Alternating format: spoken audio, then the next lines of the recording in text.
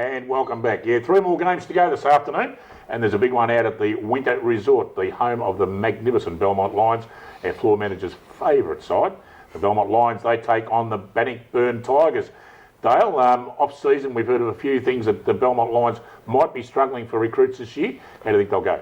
Oh, look, from all reports, the floor manager reckons they've got good numbers, but I think they've lost 25 of their 22 of the senior side from last year. So that's not many. No, it's not many. Plus, it's look, it's a big task to fill up, and obviously to get a team on the ground is going to be their first achievement. And if they can do that and be competitive, I think they've done a tremendous job.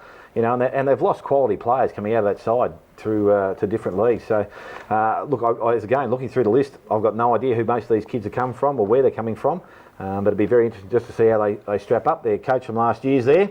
And if he can just guide them along, then they might be all right. I think the task against Bannockburn, who again have lost some senior players, it'll be interesting just to see how they suit up early in the year. Bannockburn, they've got a lot of young kids coming through, and that has been their strength for a number of times, with Ross Dillon coming back to the club, Paddy Dillon's coming back to the club. There's a few, the young Lincoln Peters, I think his name is coming down from up country somewhere. So they've got some handy recruits, a good bloke to play some size at centre half forward.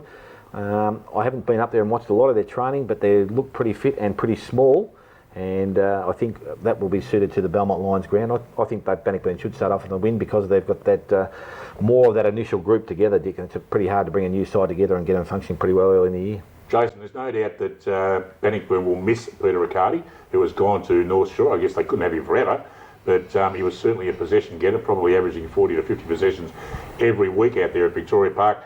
And don't look at me like that, Dale, maybe about 30 possessions, but, you know, I'd like to exaggerate a little bit. But they will miss him, Jason, no doubt about that. How many games of Bannockburn did you watch last year? 2?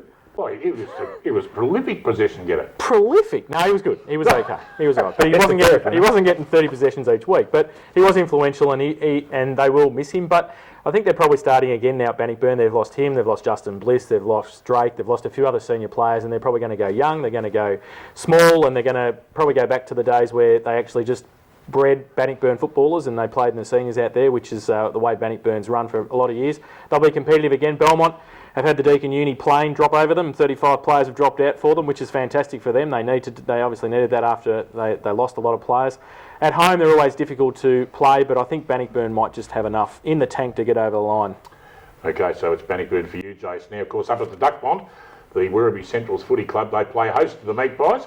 My mob, North Geelong. I'm supposed to be unbiased, but I just can't help myself, of course. But they've started their season pretty well with a couple of good wins in the pre-season. But I'll start with you, Dale. Winning pre-season games didn't do North Geelong much good last year, with a 5-zip start and then Horam Pratt's after that.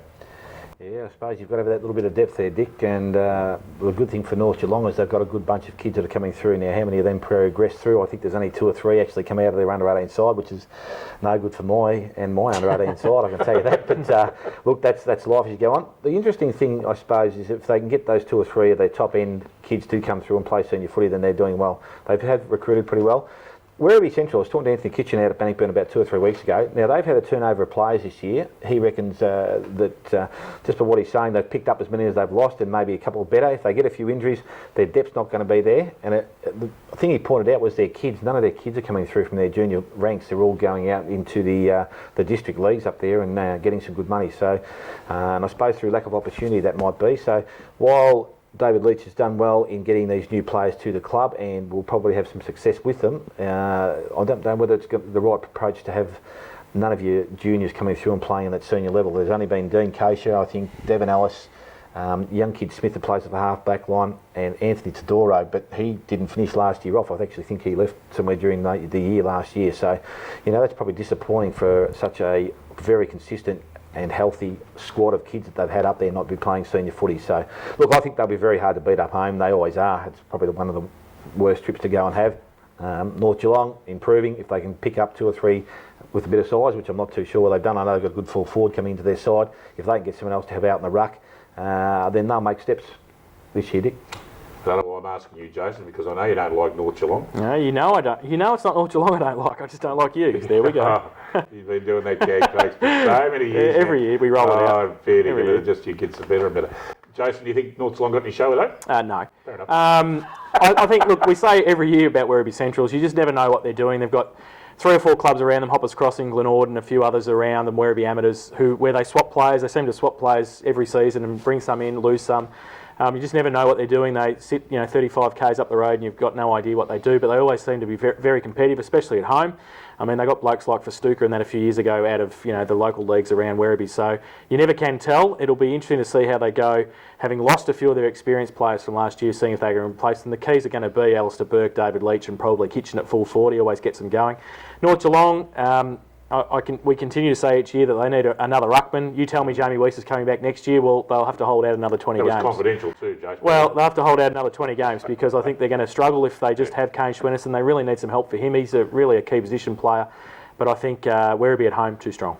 Unbiased opinion from myself. I reckon about 5 goals to Magpies, no problem at all. Going to say something, Doug? They tell me that Werribee have picked up a goal kicker that kicked 100 goals in one of the leagues up there last year, so Kitcho might just float around a forward pocket this year. Yeah, really need to know that. Great news. That's fantastic. Looking forward to the trip up to the Duck Pond this afternoon. Don't you worry about that. Maffo playing?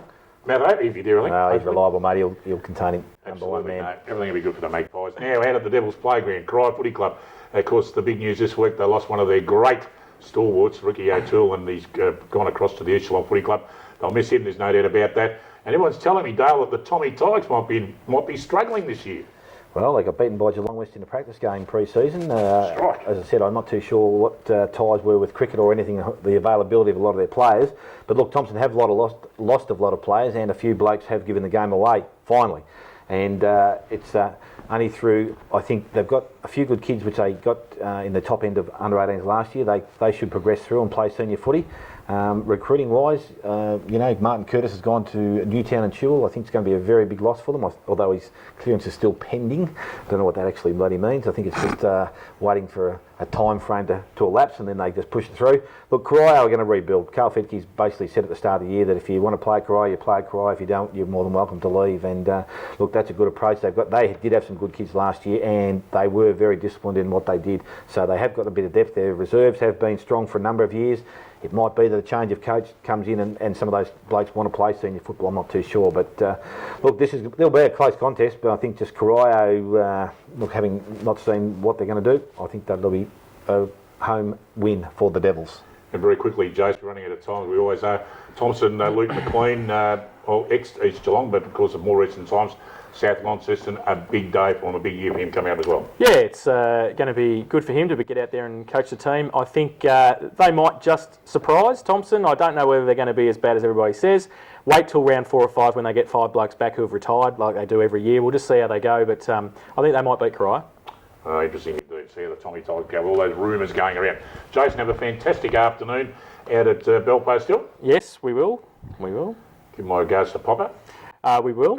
And good luck in Werribee. You'll need it. Thank you very much. Up at the Duck Pond. And of course, you have a great afternoon too, Dale, and enjoy the facilities out at the Belpost still. Looking forward to getting back up there, Dick, and looking forward to football starting. And that's the good thing for me, I'm afraid. It's been a long time out of it, so it's good to get back. It is great to be back. Well, folks, that's it for another show. Look forward to your company again next Saturday morning. Enjoy your footy, and bye for now.